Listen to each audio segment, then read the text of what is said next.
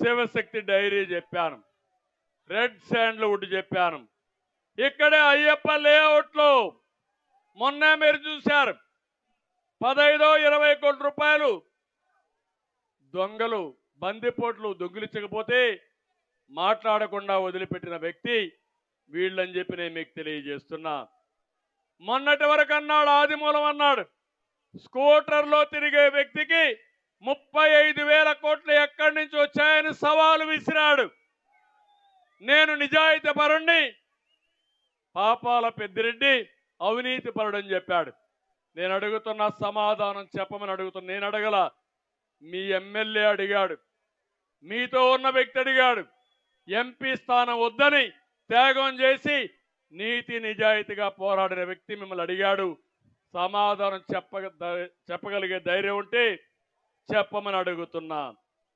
ఇంకో పక్క ఈరోజు నేను ఒకటే చెప్తున్నాను, ఇక్కడ జీడి నెల్లూరులో ఇప్పుడే చెప్పాను, మీరెట్టి పరిస్థితుల్లో ఇలాంటి అసమర్థతలు కాకుండా థామస్ లాంటి వ్యక్తి ఇక్కడ ప్రజాప్రతినిధిగా ఉండాలి. అలాంటి దానికి మీరు దోహదం చేయాల్సిన అవసరం ఉంది. నగర్లో ఒక ఎమ్మెల్యే మంత్రి కూడా ఏం తమ్ముళ్ళు మహిళా భద్రత పట్టించుకుంటుందా ఎమ్మెల్యే,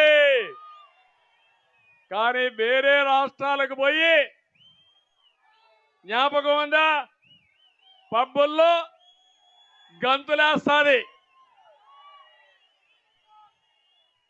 అంటే ఒక మంత్రిగా హూందాతనం కూడా లేని వ్యక్తులు వీళ్ళంతా అవునా కాదా అని మిమ్మల్ని అడుగుతున్నా. ఇంకో పక్కన మీరు చూస్తే మున్సిపల్ వైస్ చైర్మన్ ఇస్తామని 70 లక్షల రూపాయలు తీసుకున్నారని వాళ్ళ కార్యకర్తే చెప్పారు. నేను అడుగుతున్నా, దీనికి సమాధానం చెప్పమని, చెప్పే ధైర్యం ఉందా అని మీకు అడుగుతున్నా. 4 ఎమ్మెల్యేలు నగిరిలో మొత్తం వాటాలు వేసుకుని నగిరిని ఖాళీ చేసే పరిస్థితికి వచ్చారు. అది ఈరోజు అక్కడుండే పరిస్థితి. అదే మరి ఇంకో పక్క చంద్రగిరి దొంగ ఓట్లకు బ్రాండ్ అంబాసిడర్, ఈరోజు ఆయనకు ప్రమోషన్ ఇచ్చేశారు. ఆయన కొడుకు ఇక్కడ ఎమ్మెల్యే, ఈయన ఒంగోలులో ప్రమోషన్. ఈయనకి దొంగ ఓట్లు బాగా వేస్తాడు కాబట్టి, ఎర్ర చందనం స్మగ్లింగ్ చేస్తాడు కాబట్టి, డబ్బులు బాగా సంపాదిస్తాడు, వీరప్పన మారిగా ఖర్చు పెడతాడు కాబట్టి ఆయనకు మొత్తం అప్పచెప్పే పరిస్థితి వచ్చారు. స్వర్ణముఖి నదిలో రోజుకు 100 ట్రక్కుల ఇసుక దొంగ వ్యాపారం, వీళ్ళు ప్రజాప్రతినిధులు. పలమనేరు పాపాల పెద్దిరెడ్డి కూర్చోమంటే కూర్చుంటాడు, లేమంటే లేస్తాడు. ఈయన గ్రనైట్ లో ఎక్కడికక్కడ దోచేసే పరిస్థితికి వచ్చాడు, అన్యాక్రాంతం చేసే పరిస్థితికి వచ్చాడు.